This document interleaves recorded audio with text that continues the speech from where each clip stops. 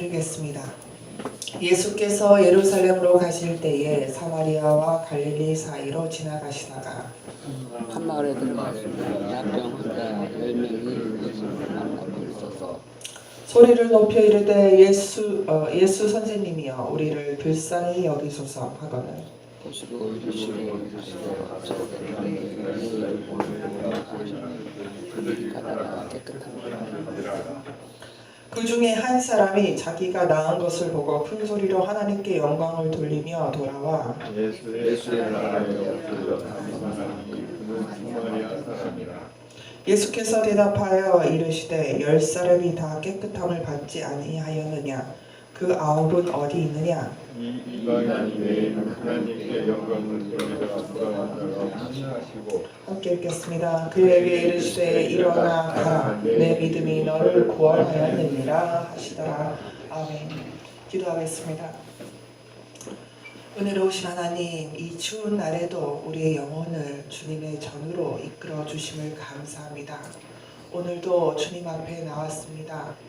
하나님, 오늘 우리 정말 한 사람의 그 사마리아인처럼 주님 앞에 나왔사오니 우리의 믿음으로 주님의 주시는 영적인 만나와 메추라기로 우리를 채우시고 회복시키시고 넘치는 축복으로 하나님 함께하여 주시옵소서. 이 연약한 종이 주님 앞에 나와 정말 주님의 말씀을 함께 나누려고 합니다. 주여 저희 인간적인 모습들을 십자가 뒤로 숨기시고 오로지 주의 영광만이 드러나 주시옵소서. 이 모든 말씀 주 예수님 이름 받들어 간절히 기도드려옵나이다. 아멘. 예전에 제가 중국 동포교회에서 일했습니다. 근데 거기 담임 목사님이 김혜성 목사님이라고 지금도 그러시지만 이주민 사역을 초창기부터 하셨던 분인데 제가 예전에 들었던 얘기가 참 마음에 와닿아서 하나 소개시켜 드리려고 합니다. 맨 처음에 김혜성 목사님이 서울에서 한 게 아니라 성남에서 시작하셨어요. 노동자 문제 시작하다가 그때 이제 외국인 노동자들을 이제 접하게 되셨습니다. 그래서 그 성남에서 일할 때 한 파키스탄 노동자가 이제 그때는 15년 전 거의 20년 전 일이니까 불법 노동자들은 오면 이렇게 일하다가 사고 나잖아요. 손가락이 잘린다든가 뭐 팔이 잘린다든가 뭐 발이 잘린다든가 이렇게 되면 아무 혜택도 못 받고 그냥 쫓겨나갔어야 됐습니다. 그래서 지금은 성남시장이 되신 이재명 변호사하고 이 김혜성 목사님이 너무 불쌍한 거예요. 이 파키스탄 노동자가 일을 하다가 다리가 잘렸는데 사장이 너무 못된 사장이라 이렇게 그냥 파키스탄을 쫓아버렸습니다. 불법으로 신고해가지고. 그래서 너무 불쌍하니까 김혜성 목사님하고 이재명 변호사 그때 변호사였죠. 이 두 분이 막 그 사장님을 이렇게 막 그 법적으로 이렇게 해서 막 싸워가지고 치료비랑 산재에 해당하는 그것을 받아서 파키스탄에 보내줬어요. 이 파키스탄 사람이 건강하게 잘 와서 일하다가 장애인으로 돌아갔으니까 자기 다리가 잘려서 갔으니까 그럼 파키스탄에서 어떻게 살겠어요? 너무 비참하게 살겠죠. 그런데 이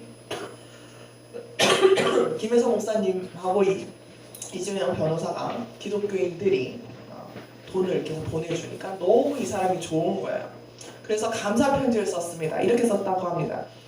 감사합니다. 이렇게 돈을 보내주셔서 제가 다리 병신으로 파키스탄에서 굶어 죽을 수도 있었는데 정말 잘 살 수 있게 되었습니다. 보내주신 돈으로 부인도 3명이나 얻고 집도 사고 땅도 사서 잘 먹고 잘 살고 있습니다. 우리 힌두의 신이 당신을 잘 돌봐주기를 바랍니다. 이러고 쓴 거예요. 이 편지를 읽은 김혜성 목사님이 갑자기 머리를 뚱하니 맞는 기분이었습니다. 마치 자기 두 분이 마치 막 브로커가 된 것처럼 돈을 뺏어다가 갖다 준 것 같은 느낌이 드는 겁니다. 자기들은 하나님의 뜻에 따라서 억울한 자들의 편에 서서 일을 해주었는데 이 파키스탄 노동자는 이렇게 생각해봐야 될 거 아니에요. 왜 이 기독교인들이, 나랑 전혀 상관없는 사람들이, 하나님 믿는다는 사람들이 왜 나를 대신 싸워서 이렇게 억울함을 풀어주셨을까라고 생각을 해볼 만도 한데, 그런 생각은 안 하고, 이 돈을 보내준 거는 공돈이 생겼구나, 받지 못할 것이었는데 받았구나, 정말 나는 운이 좋다, 이렇게만 생각했다는 거죠.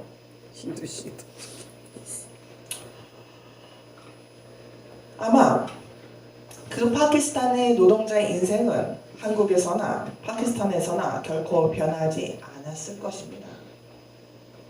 아마 제가 생각하기에는 그런 사고방식이니까 아마 거기서도 그 돈 흥청망청 다 쓰고 나중에 거지꼴이 되지 않았을까, 그런 생각도 해봅니다. 우리도 마찬가지입니다. 하나님께 기도하고 응답받으면 너무 좋다, 내가 이렇게 하나님 축복 받았네, 내가 회복되었네, 문제가 해결되었네 라고 얘기합니다. 그리고 나서 거기서 끝입니다. 거기서 끝이에요. 그 안에 있는 깊은 의미와 더 큰 축복을 알려고 하지 않습니다. 나에게 이렇게 해주신 하나님이 누군지 알려고 하지 않습니다. 하나님 주 예수 그리스도께서 어떻게 나에게 이렇게 해주시는가 더 깊이 생각해 보지도 않습니다. 오늘 예수 그리스도께서 10명의 나병 환자들을 낫게 하십니다. 이렇게 모든 이들에게 예수님께서는 이 땅에 계실 때도 병 나음의 축복을 주셨습니다. 그러나 단 한 사람만이 돌아와서 하나님께 영광을 올려드렸습니다. 그러자 예수님은 더 깊은 축복을 주십니다. 내 믿음이 너를 구원하였느니라.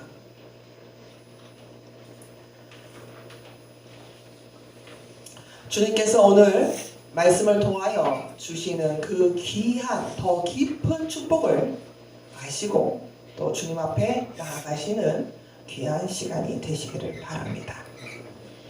11절에서 13절의 말씀 함께 읽겠습니다. 11절에서 13절입니다. 함께 읽겠습니다. 시작. 예수께서 예루살렘으로 가실 때 사마리아와 갈릴리 사이로 지나가시다가 한 마을에 들어가시니 나병 환자 10명이 예수를 만나 멀리 서서 소리 높여 이르되 예수 선생님이여 우리를 불쌍히 여기소서 하거늘. 오늘 말씀을 보니까 10명의 나병 환자들이 얼마나 도움이 필요했는지 볼 수 있습니다. 자, 이 나병이라는 병은 문둥병이라고도 불리는 것입니다. 지금까지도 완전히 낫지 않는 병입니다.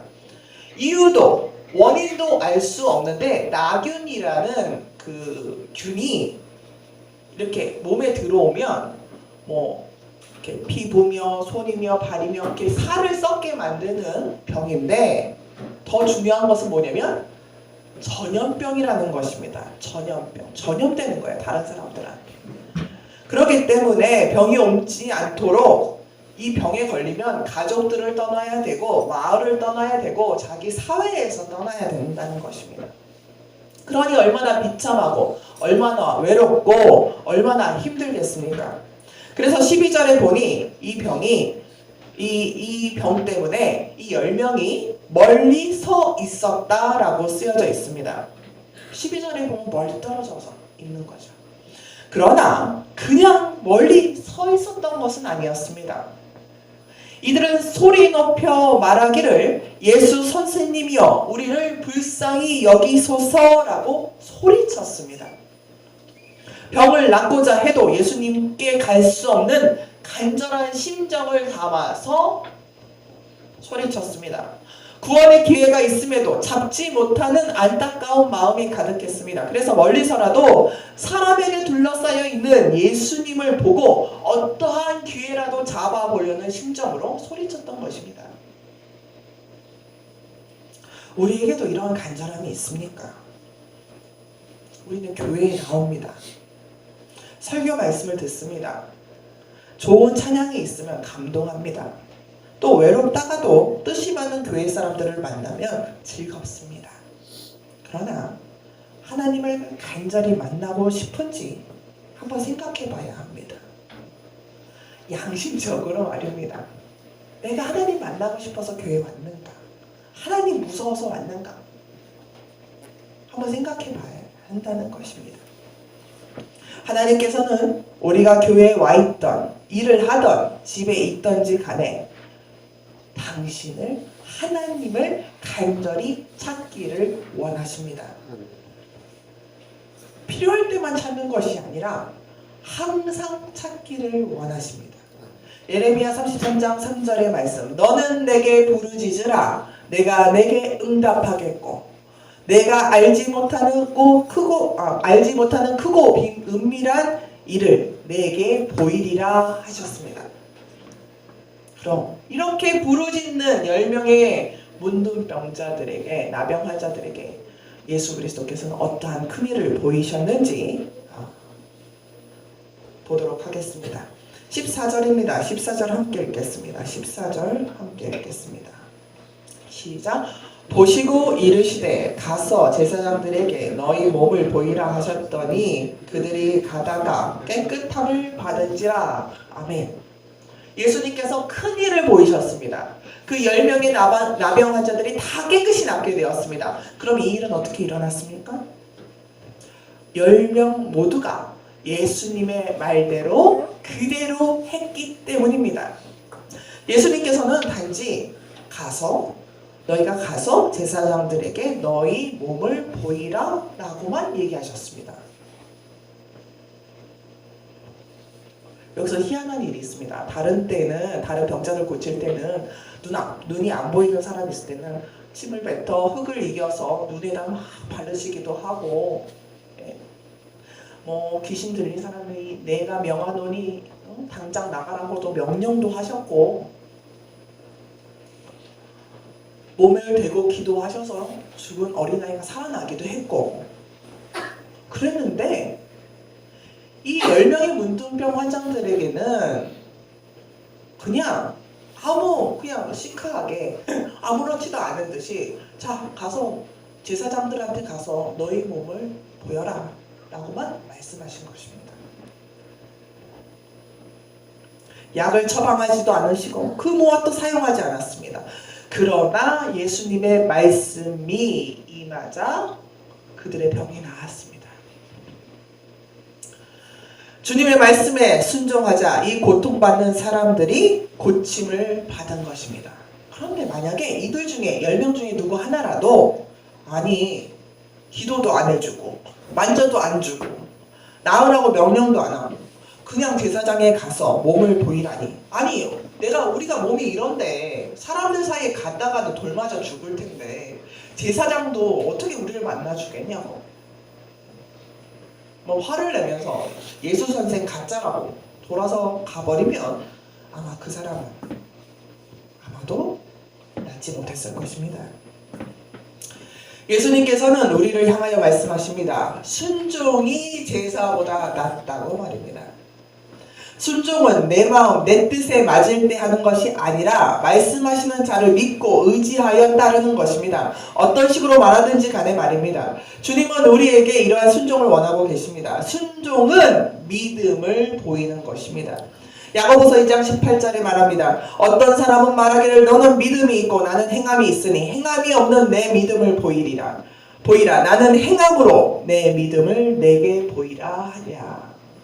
아멘. 우리도 이러한 믿음을 보여 주님의 말씀에 순종함으로 주님의 큰 일을 보시게 되시기를 바랍니다. 그러면 이어서 말씀을 보도록 하겠습니다. 15절에서 18절까지의 말씀입니다. 시작. 그 중에 한 사람이 자기가 낳은 것을 보고 큰 소리로 하나님께 영광을 돌리며 돌아와 예수의 발 아래 엎드려 감사하니 그는 사마리아 사람이라. 예수께서 대답하여 이르시되 10사람이 다 깨끗함을 받지 아니하였느냐? 그 9은 어디에 있느냐? 이 이방인 외에는 하나님께 영광을 돌리러 돌아온 자가 없느냐 하시고. 아멘.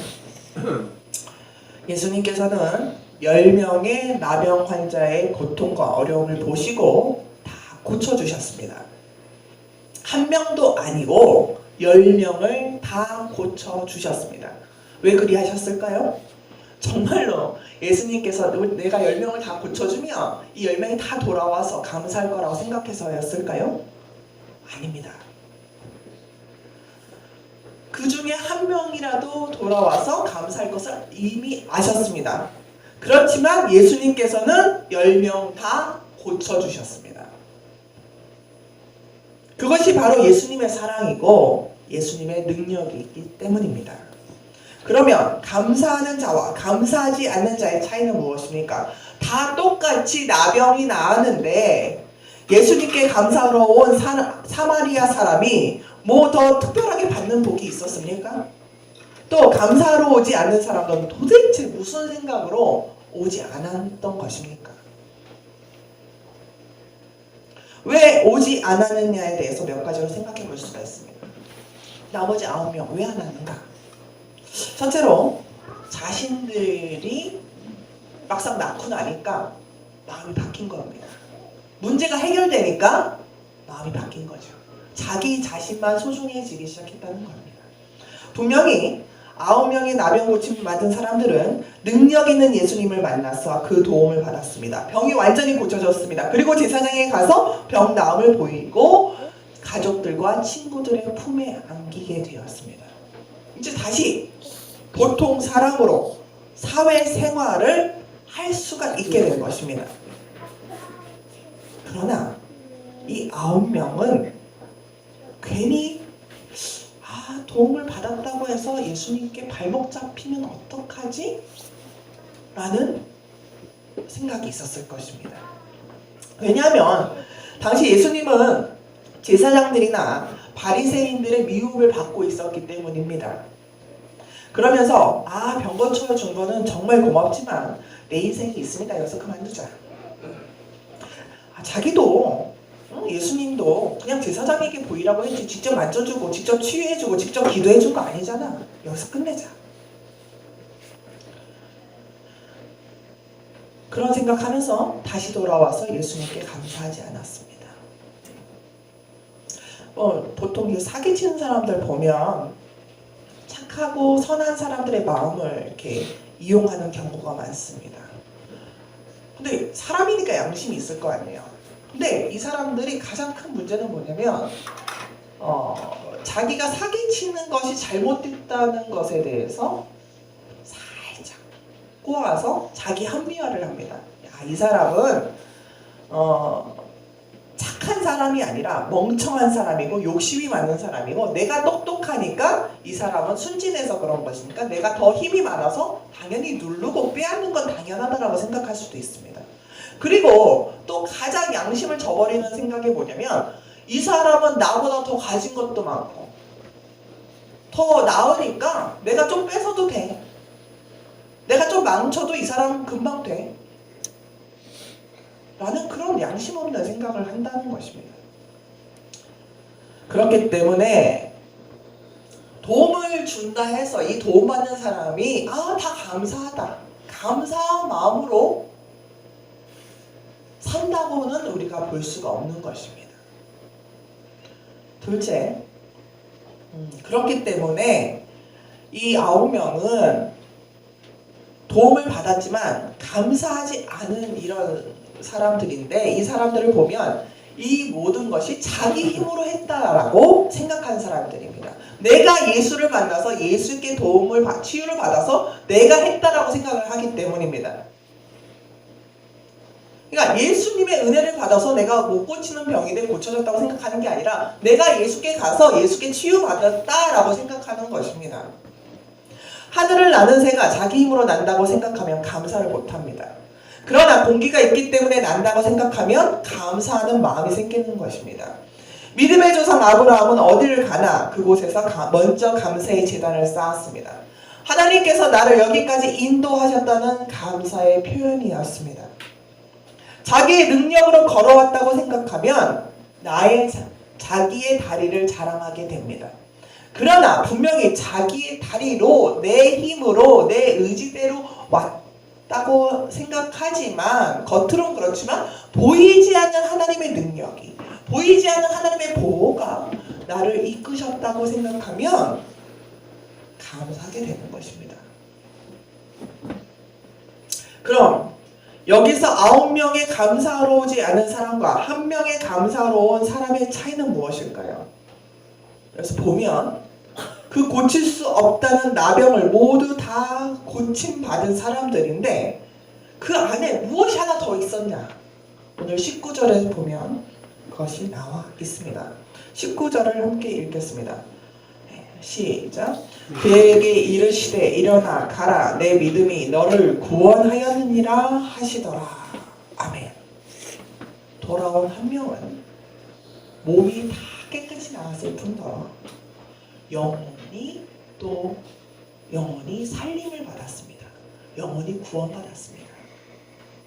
이제는 병마와 세상의 고통에서 벗어나 하나님의 자녀가 된 것입니다. 나머지 9명은 이러한 축복을 받지 못했습니다. 감사하지 못하여 하나님의 자녀가 되지 못했습니다. 분명히 이 9명은 하나님의 자녀로 살지 못해서 문둥병은 나았지만 세상의 여러 가지 문제와 고통 가운데서 완전히 벗어나지 못했을 뿐만 아니라 막상 또 다른 어떤 문제가 생겼다면 이겨낼 힘이 없었을 것입니다.